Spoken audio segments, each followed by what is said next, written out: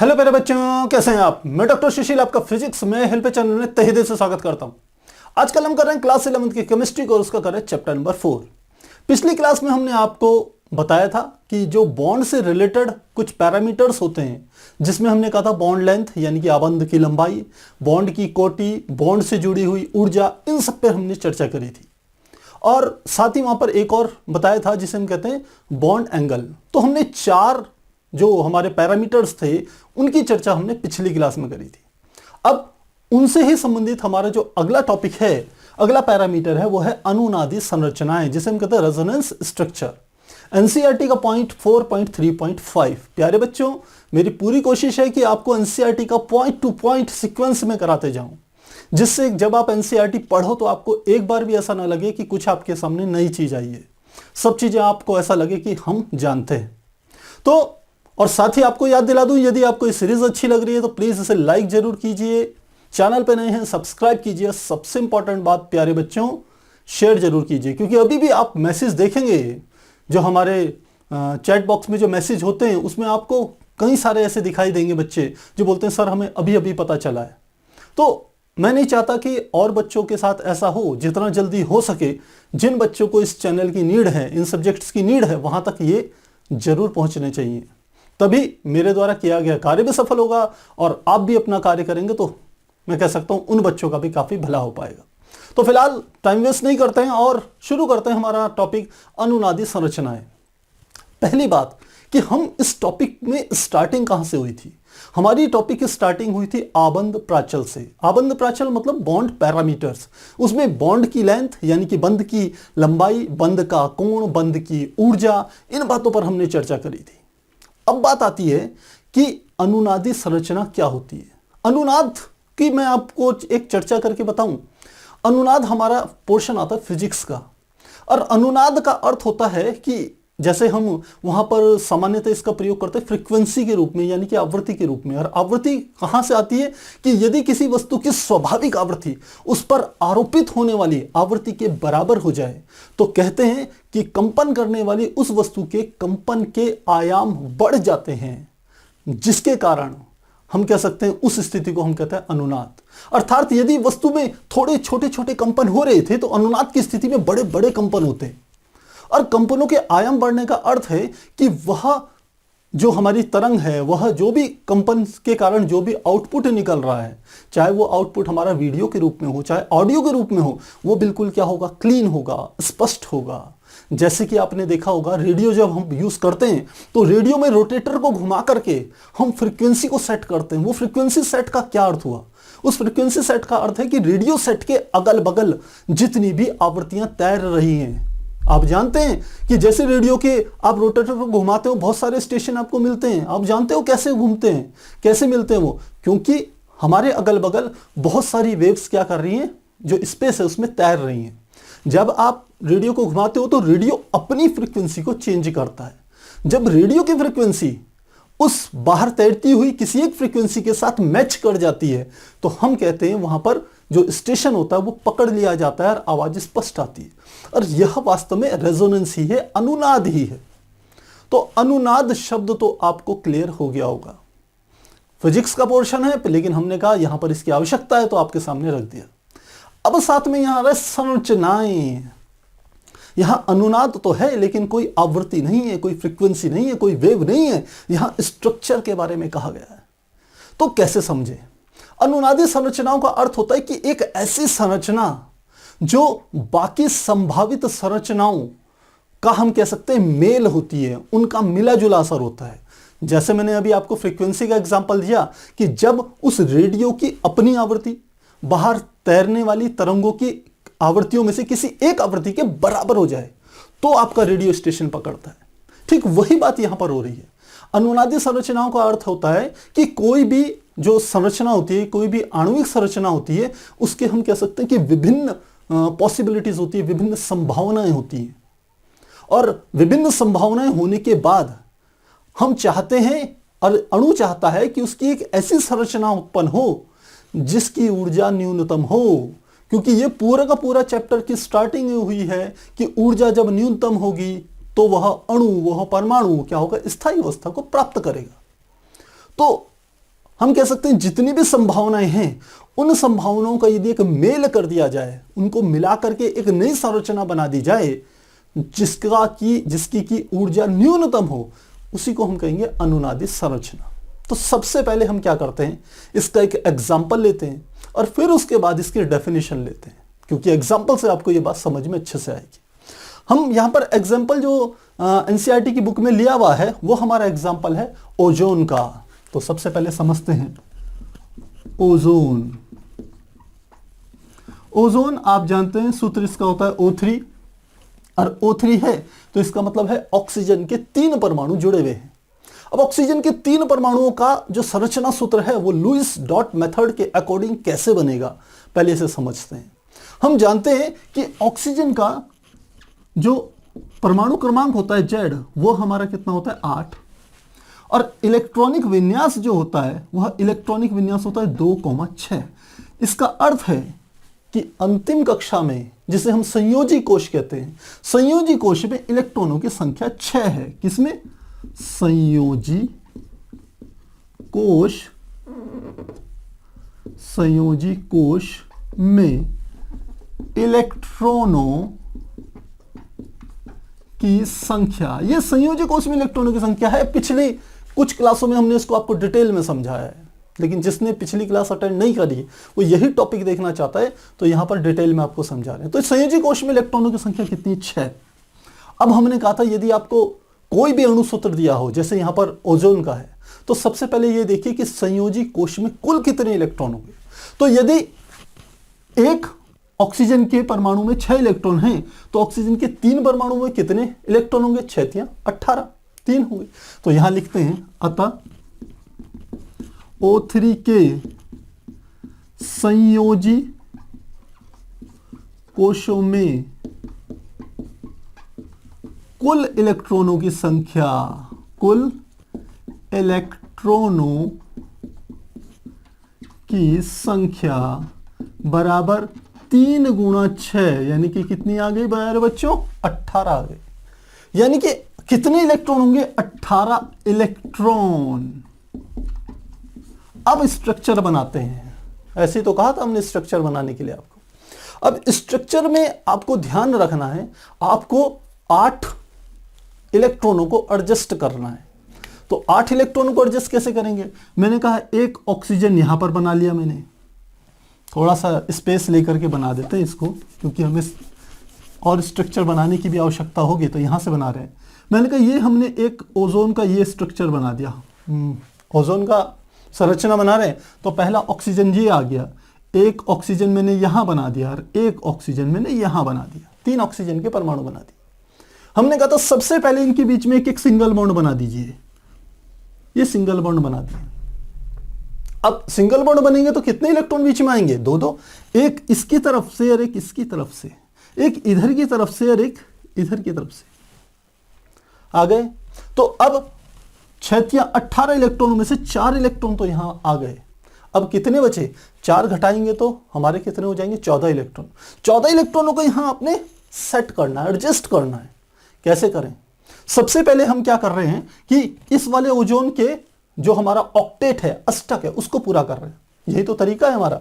तो करें, 2 इलेक्ट्रॉन तो ये हो गए, तो यहां पर कितने हो गए? 3, 4, 5, 6, 7, 8। तो इस वाले ऑक्सीजन के 8 इलेक्ट्रॉन पूरे हो गए, 1, 2, 3, 4, 5, 6, 7, 8। ऐसे इसके पूरे कर लें तो ये हो जाएगा 1, 2, 3, 4, 5, 6, 7, 8। इस ओजोन के भी पूरे हो गए। तो टोटल कितने इलेक्ट्रॉन आ गए? देखिए 6, 6 दूनी 12, 13, 14, 15, 16, 16 इलेक्ट्रॉन हो गए। टोटल कितने इलेक्ट्रॉन थे? 18। 2 इलेक्ट्रॉन बच गए आपके पास। 2 इलेक्ट्रॉनों को मैंने इस वाले में लगा दिया। अब हमने कहा था चेक कीजिए कि क्या तीनों के ऑक्टेट पूरे हो गए। तो आप चेक करेंगे, आप देखिए इसका ऑक्टेट पूरा है, 1, 2, 3, 4, 5, 6, 7, 8। इसका ऑक्टेट पूरा है, ऑक्टेट मतलब अष्टक, अंतिम कक्षा में 8 इलेक्ट्रॉन। इसके 1, 2, 3, 4, 5, 6, 7, 8 इसका भी पूरा है, और इसका 1, 2, 3, 4, 5, 6, लेकिन इसका पूरा नहीं है। तो जब इसका पूरा नहीं है, इसके ऑक्टेट को पूरा करने के लिए हम क्या करते हैं कि इन दोनों में से कोई भी एक परमाणु से 2 इलेक्ट्रॉन हटा लीजिए और यहां पर एक सिंगल बॉन्ड की जगह डबल बॉन्ड बना लेते हैं। कैसे? हमने कहा इसके यहां से 2 इलेक्ट्रॉन हटा रहे हैं, ये हमने 2 इलेक्ट्रॉन हटा दिए, तो ये 2 इलेक्ट्रॉन यहां पर रख दें, 1 और 1 2, तो अब यहां पर क्या बन गया? एक डबल बॉन्ड बन गया। ये डबल बॉन्ड बन गया हमारा यहां पर। और अब देखें इसके कितने इलेक्ट्रॉन हो गए? 1 2 3 4 5 6 7 8, तो इसका ऑक्टेट पूरा हो गया। इसका देखें, इसका तो पहले से पूरा था, 1 2 3 4 5 6 7 8। अब इसका देखिए 1 2 3 4 5 6 7 8, तो इसका भी ऑक्टेट पूरा हो गया। तो यह हमारा क्या होता है? अणु संरचना होती है किसकी? ओजोन की।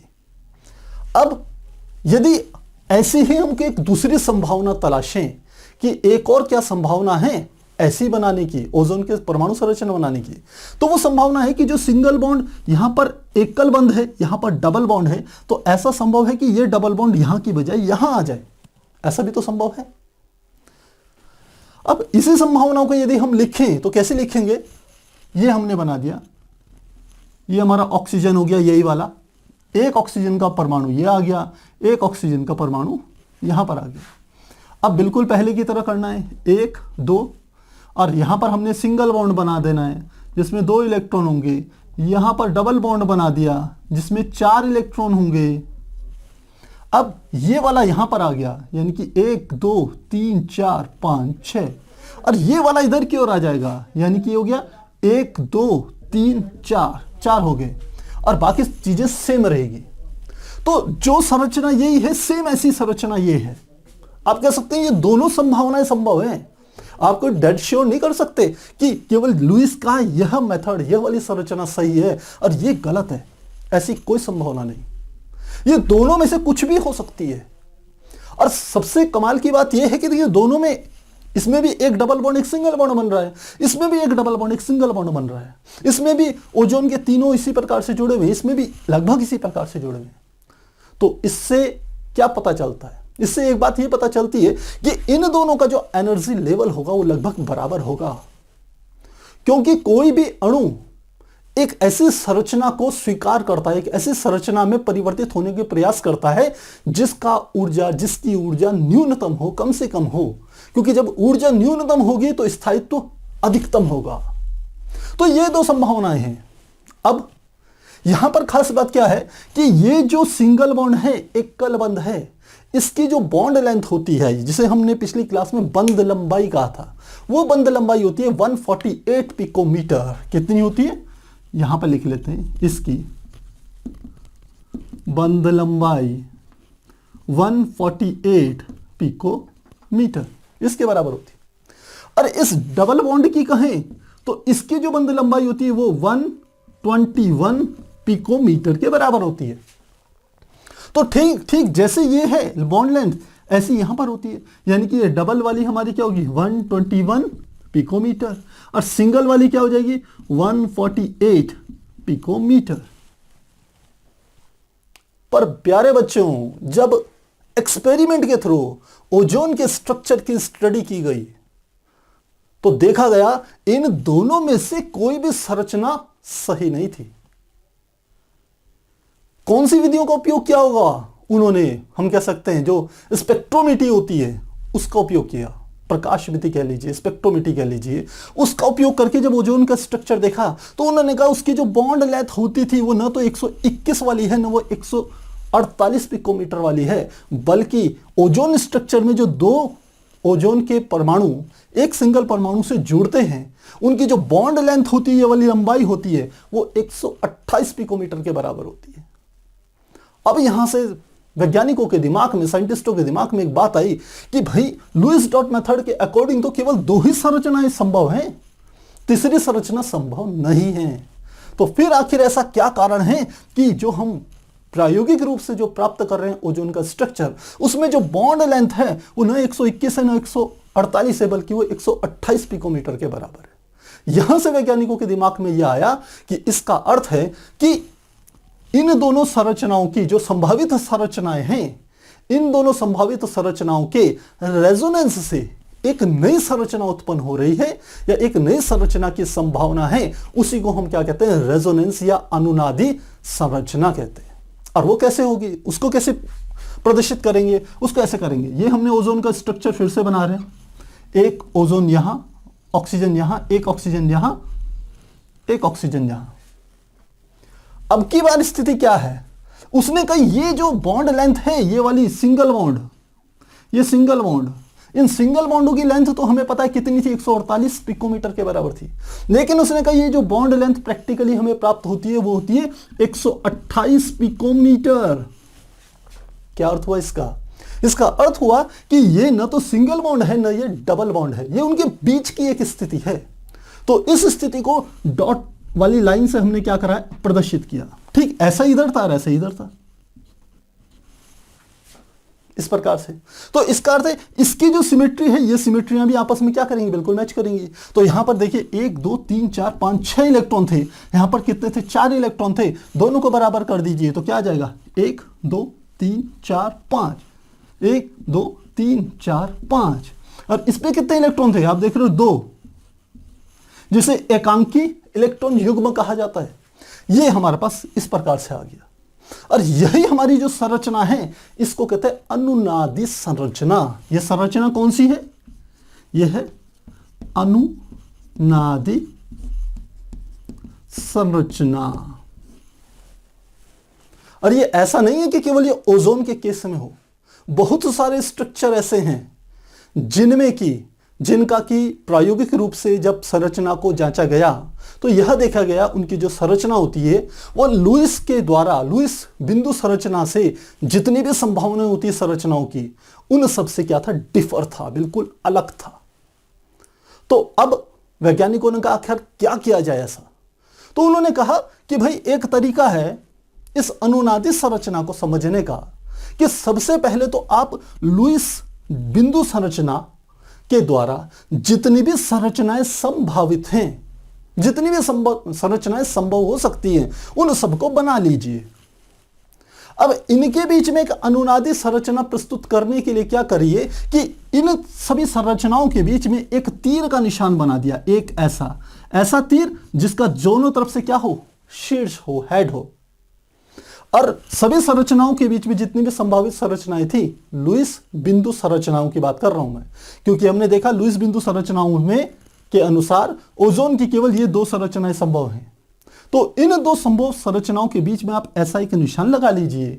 इसका अर्थ है जो अनुनादी संरचना हमें प्राप्त होगी वो इन दोनों संरचनाओं की मिलीजुली संरचना प्राप्त होगी। और कैसी वो संरचना थी, वो इस प्रकार की संरचना हमें प्राप्त हुई। तो प्यारे बच्चों, मुझे लगता है ये आपको समझ में आ गया होगा, इसमें कहीं कोई परेशानी नहीं है। तो अनुनादी संरचनाएं इस प्रकार की हैं, केवल हमने कहा ओजोन के लिए नहीं, अन्य भी बहुत सारे हम कह सकते हैं संरचनाएं ऐसी हैं कि बहुत से अणुसूत्र ऐसे हैं जिसमें अनुनादी संरचनाएं हमें प्राप्त होती है। तो सबसे पहले इस अनुनादी संरचना का अब हम क्या कर लेते हैं, एक डेफिनेशन और लिख लेते हैं, और फिर उसके बाद हम करेंगे, आपकी एनसीईआरटी की बुक में 2 एग्जाम्पल दे रखे हैं इसके, उन दोनों एग्जाम्पल को भी हम सॉल्व करेंगे। तो पहले इसके परिभाषा लिख लें। इसके अनुसार हम कह सकते हैं कि किसी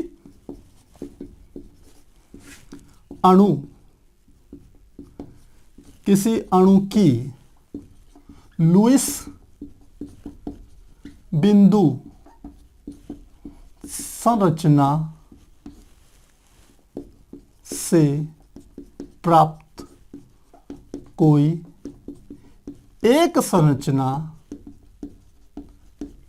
यदि प्रायोगिक संरचना से मेल नहीं खाती, तो क्या कहा हमने कि सबसे पहले लुईस डॉट मेथड से आप एक संरचना बनाइए, और यदि वह संरचना हमें प्रैक्टिकली, प्रायोगिकली जो हमें संरचना प्राप्त हुई है उस अणु की, उससे यदि मेल नहीं खाती, तो लुईस बिंदु संरचना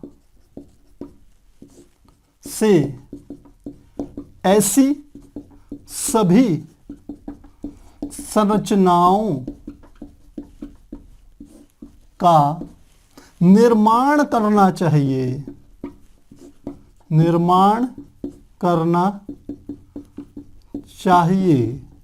जिनकी ऊर्जा समान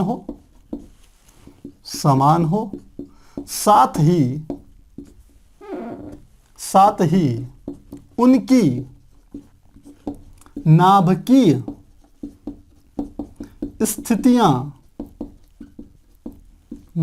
स्थितियां भी समान हो, ऐसी संरचनाओं को विहित, क्या शब्द कह रहे हैं प्यारे बच्चों? विहित संरचना कहते हैं, संरचना कहते हैं। तथा अनुनादी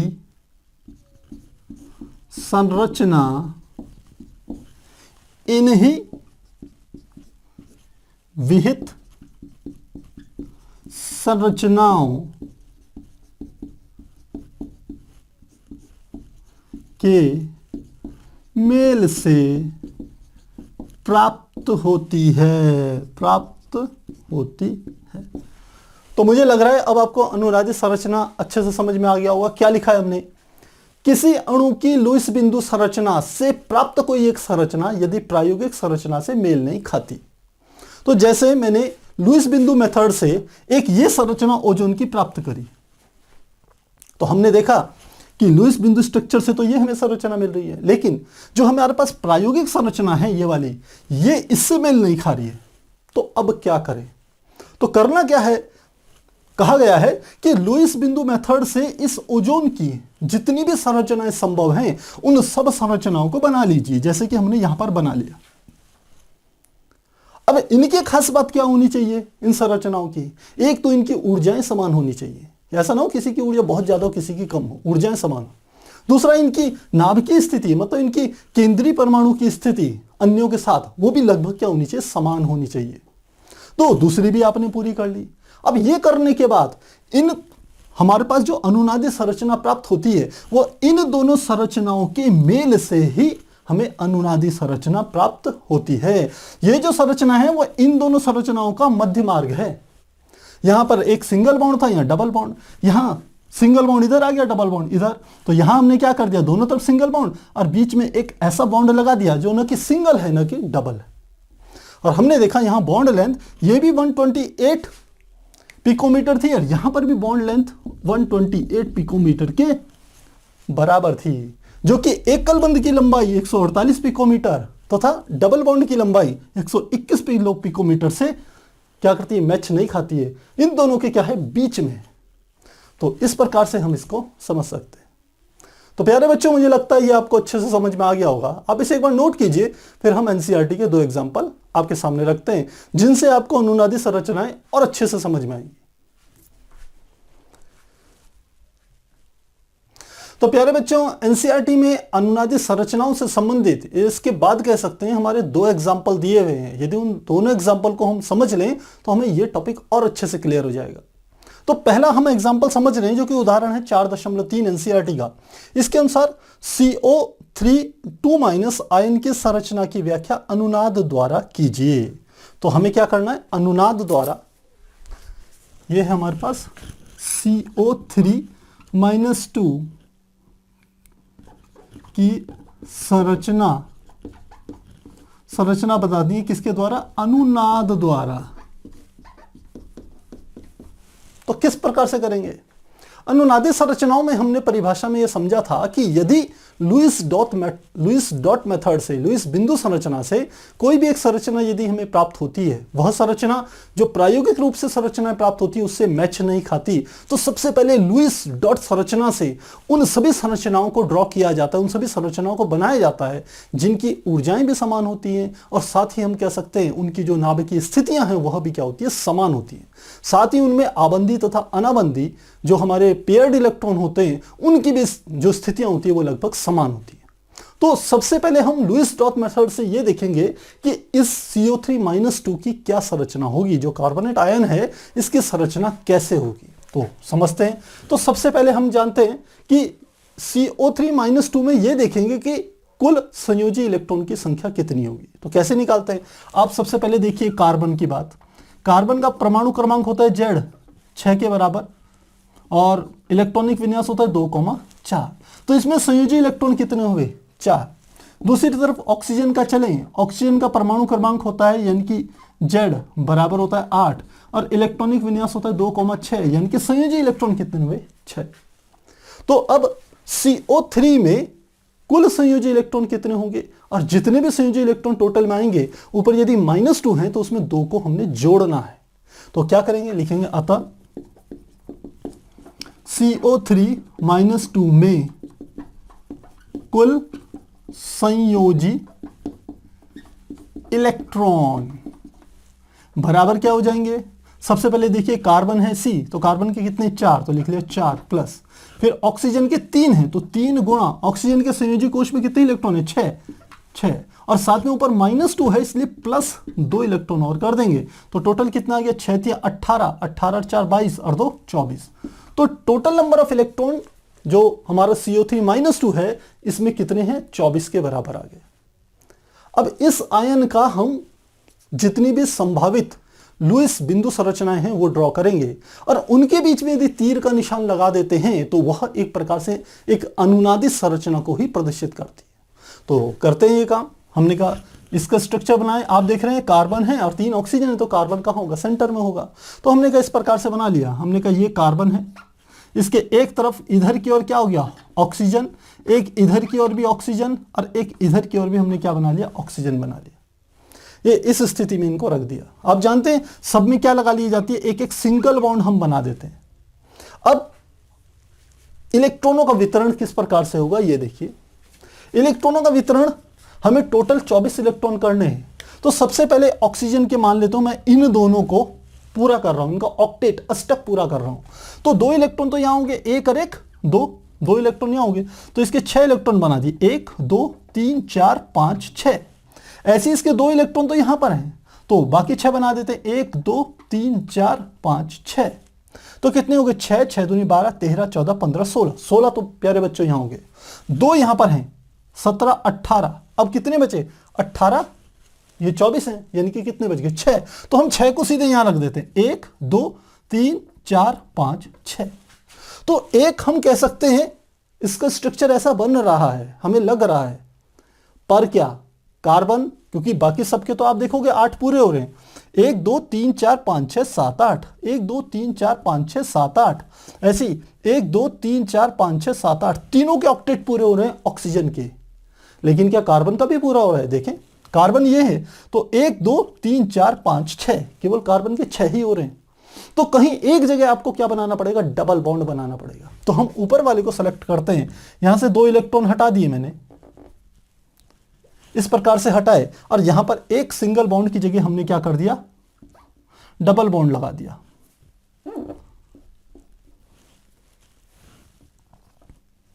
इस प्रकार से हमने बना दिया। जब आप लुईस बिंदु संरचनाएं बनाएंगे तो मैं आपको याद दिला दूं, जो हमने बॉन्ड के बगल में ये इलेक्ट्रॉन बना रखे हैं आपने ये ड्रॉ नहीं करने। ये मैं केवल आपको समझाने के लिए बताता हूं। इलेक्ट्रॉनों की गिनती आपकी पूरी हो जाए इस चीज को समझाने के लिए मैं यहां बॉन्ड के साथ ही 2 इलेक्ट्रॉन रख रहा हूं। यहां डबल बॉन्ड है तो इस बॉन्ड के साथ डबल बॉन्ड बना लेते हैं।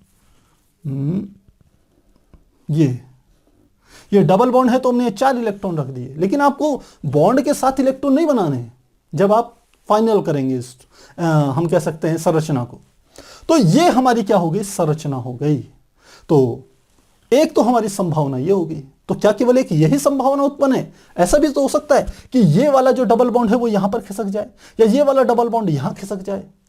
तो तीनों ही संभावनाओं को लेते हैं।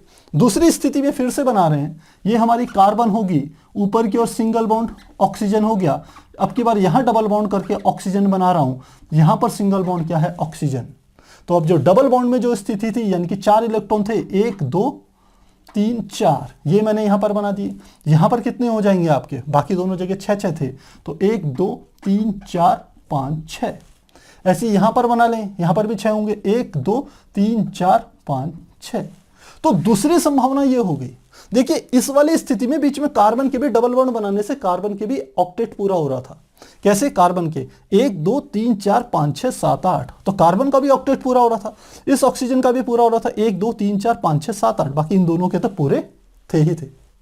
तो इसको हम ऐसे भी बना सकते हैं, ड्रॉ कर सकते हैं कि ये वाला डबल बॉन्ड कहां आ गया? यहां आ गया। अब ये वाला यहां भी जा सकता है। तो तीसरी संरचना कैसे बनाएंगे? तीसरी संरचना ऐसे बना लेते हैं, ये carbon, single bond oxygen, single bond oxygen, यहां पर डबल बॉन्ड ऑक्सीजन। तो अब जो इसके साथ 4 इलेक्ट्रॉन थे तो यहां 4 बना दीजिए, 1 2 3 4। यहां पर 6 बना दीजिए, 1 2 3 4 5 6। साथ ही यहां पर बना दीजिए 1 2 3 4 5 6। अब देखिए ये पूरा का पूरा स्ट्रक्चर हमारा तैयार हो गया। अब इसमें हम थोड़ा और इसको क्लियरिटी से बनाएं तो जो जो -2 जो आवेश थे उनको भी हम प्रदर्शित कर सकते हैं। कैसे करेंगे इसको भी समझिए। देखिए ऑक्सीजन की सबसे बाहरी कक्षा में कितने इलेक्ट्रॉन हैं? 6 इलेक्ट्रॉन हैं। अब देखते हैं कि कौन सा ऑक्सीजन ऐसा है जिसमें 6 इलेक्ट्रॉन से यदि ज्यादा है या 6 इलेक्ट्रॉन से कम है, संयोजी कोश में इलेक्ट्रॉन। सबसे पहले इस वाली संरचना में चलें तो देखिए कितने इलेक्ट्रॉन है, 1 2 3 4 5 6। तो 6 तो ये हमारे हो गए, लेकिन ये वाला इलेक्ट्रॉन भी इसी के द्वारा दिया गया है, ये वाला इलेक्ट्रॉन, इसलिए इसमें 1 इलेक्ट्रॉन अतिरिक्त है। इसलिए यहां पर क्या लगा लेंगे? माइनस आवेश लगा देंगे, जैसे हम फॉर्मल आवेश कहते थे, पिछली क्लास में हमने आपको समझाया था। यहां पर भी चलें तो 1 2 3 4 5 6 और ये कितना हो गया? 1 7। तो इसमें भी 1 इलेक्ट्रॉन एक्स्ट्रा है, इसलिए हम यहां पर भी माइनस आवेश लगा देंगे। ये फॉर्मल आवेश हो गया। इसमें देखें 1 2 3 4 5 6 7 8, तो इसमें पूरे के पूरे इलेक्ट्रॉन है। सबसे बाहरी कोश में देखिए 1 2 3 4 5 6, ये 6 इलेक्ट्रॉन इसके हैं और 2 ये कार्बन की तरफ से दिए गए हैं बॉन्ड बनाने के लिए। तो इसके 6 इलेक्ट्रॉन पूरे हैं। और कार्बन के हम देखें तो 1 2 3 4 जो अपने इलेक्ट्रॉन थे इसके 4 वो उसके ऊपर उपस्थित है। तो इस तरीके से हम जो हमारे पास -2 जो दिखा रखा है आयन के रूप में, उसको भी हम यहां प्रदर्शित कर सकते हैं। अब आप देख रहे हो ये कहां आ रहे हैं? जहां 6 इलेक्ट्रॉन जुड़े हुए हैं ऑक्सीजन के परमाणु के साथ, वहां पर ऊपर माइनस का निशान आ रहा है, यानी कि फॉर्मल आवेश ऋण प्रदर्शित हो रहा है। तो ठीक वही हम यहां पर भी शो कर सकते हैं। यहां पर शो करें तो कहां कहां आएंगे? देखिए एक इसमें 6 इलेक्ट्रॉन है तो ये माइनस आएगा, एक इसमें 6 इलेक्ट्रॉन है तो ये भी क्या होगा? माइनस होगा। यहां पर देखें तो एक इसमें 6 इलेक्ट्रॉन है तो ये माइनस को फॉर्मल आवेश -1 होगा। यहां पर भी 6 इलेक्ट्रॉन है तो इसका भी फॉर्मल आवेश -1 होगा। तो ये 3 संरचनाएं संभव है CO3-2 की। अब हमारे को कहा है अनुनादी संरचना के द्वारा। तो अब जो भी हमें प्रायोगिक रूप से संरचना प्राप्त होगी, यदि वो अनुनादी संरचना हुई तो वो इन तीनों का मिक्सचर होगी, इन तीनों का मिश्रण होगी। और उसको चाहे तो आप अलग से लिख लीजिए, या फिर हम क्या कर सकते हैं, इन संरचनाओं के बीच में ऐसे तीर का निशान लगा लेते हैं और यही हमारी क्या हो गई? अनुनादी संरचना कहलाएगी। तो मुझे लगता है ये बात आपको अच्छे से समझ में आ गई होगी, आपने समझ ली होगी। एक इससे पहले टॉपिक में हमने लिया था ओजोन का एग्जाम्पल, और यहां हमने लिया है एनसीईआरटी एग्जाम्पल 4.3 का CO3-2 की संरचना को। तो अब एक और एग्जाम्पल इसमें दिया हुआ है, उसको भी हम समझ लेते हैं। अगला एग्जाम्पल जो हमारे सामने आ रहा है वो है उदाहरण 4.4। यह है उदाहरण 4.4। इसमें क्या कह रहे हैं? ये कह रहे हैं CO2 कार्बन डाइऑक्साइड अणु की संरचना की व्याख्या करें। CO2 संरचना, CO2 संरचना की व्याख्या। तो व्याख्या क्या करनी है आपको? जितनी लुईस बिंदु संरचनाएं संभव हैं आप उनको बना लीजिए, वही एक प्रकार से उसकी व्याख्या हो जाएगी कि कितने तरीकों से CO2 की संरचना संभव है। तो सबसे पहले CO2 के लिए बना रहे हैं तो सबसे पहले हम ये देखेंगे कि CO2 अणु में कुल संयोजी इलेक्ट्रॉनों की संख्या कितनी है, संयोजी कोश में कुल इलेक्ट्रॉनों की संख्या कितनी है। तो पहले लिखते हैं CO2 में कुल संयोजी कोश इलेक्ट्रॉनों की संख्या। तो कैसे आ जाएगा? देखिए हमने यहां पर कार्बन की भी और ऑक्सीजन की भी लिखा हुआ है कि कार्बन का परमाणु क्रमांक होता है 6, इलेक्ट्रॉनिक विन्यास 2,4। तो इसका मतलब है संयोजी कोश में इलेक्ट्रॉन कितने हैं? 4। ठीक इसी प्रकार से ऑक्सीजन का परमाणु क्रमांक है Z 8 और इसका इलेक्ट्रॉन विन्यास है 2,6। तो संयोजी कोश में इलेक्ट्रॉन कितने हैं? 6। तो अब CO2 में कुछ संयोजी कोश में कितने इलेक्ट्रॉन होंगे? क्योंकि कार्बन का 1 है और उसके संयोजी कोश में 4 इलेक्ट्रॉन है तो 4। ऑक्सीजन के 2 हैं तो क्या लिख लेंगे? यहाँ 2 है तो 2 गुणा ऑक्सीजन के एक परमाणु के संयोजी कोश में कितने इलेक्ट्रॉन है? 6, तो 2 गुणा 6 आ जाएगा। तो कितना आ जाएगा ये आ जाएगा 4 प्लस 6 दूनी 12, यानी कि टोटल कितने हो गए? 16 इलेक्ट्रॉन हो गए, 16 इलेक्ट्रॉन। अब आपने इन 16 इलेक्ट्रॉनों को एडजस्ट करना है। तो 16 इलेक्ट्रॉनों को एडजस्ट किस प्रकार से करेंगे? देखिए, हमने सबसे पहली संभावना बना रहे हैं। हमने कहा कार्बन मान लेते हैं यहां पर है, इसके इधर की ओर एक ऑक्सीजन है, इसके इधर की ओर एक ऑक्सीजन है। अब ऑक्सीजन है तो आपको सिंगल बॉन्ड तो बनानी ही पड़ेगी दोनों तरफ। अब बाकी काम क्या करेंगे? ये सिंगल बॉन्ड बना दी। अब आपने क्या करना है? कोशिश करनी है इनके ऑक्टेट पूरे हो जाए। तो ऑक्सीजन के ऑक्टेट पूरा करते हैं। यदि आपने 2 सिंगल बॉन्ड बनाई तो एक इलेक्ट्रॉन यहां, एक इलेक्ट्रॉन यहां, एक यहां, एक यहां, तो 16 में से 4 इलेक्ट्रॉन तो चलेंगे, बच गए 6। अब 6 आसान है, यहां पर लगा दीजिए, 1 2 3 4 5 6, तो इसके टोटल 8 हो जाएंगे, 1 2 3 4 5 6 7 8। ऑक्सीजन का ऑक्टेट पूरा हो गया। इधर चलें तो इधर हमारा क्या हो जाएगा? इधर हो गया 1 2 3 4 5 6, तो 6 और 6 12 और 4 16, 16 इलेक्ट्रॉन तो पूरे हो गए।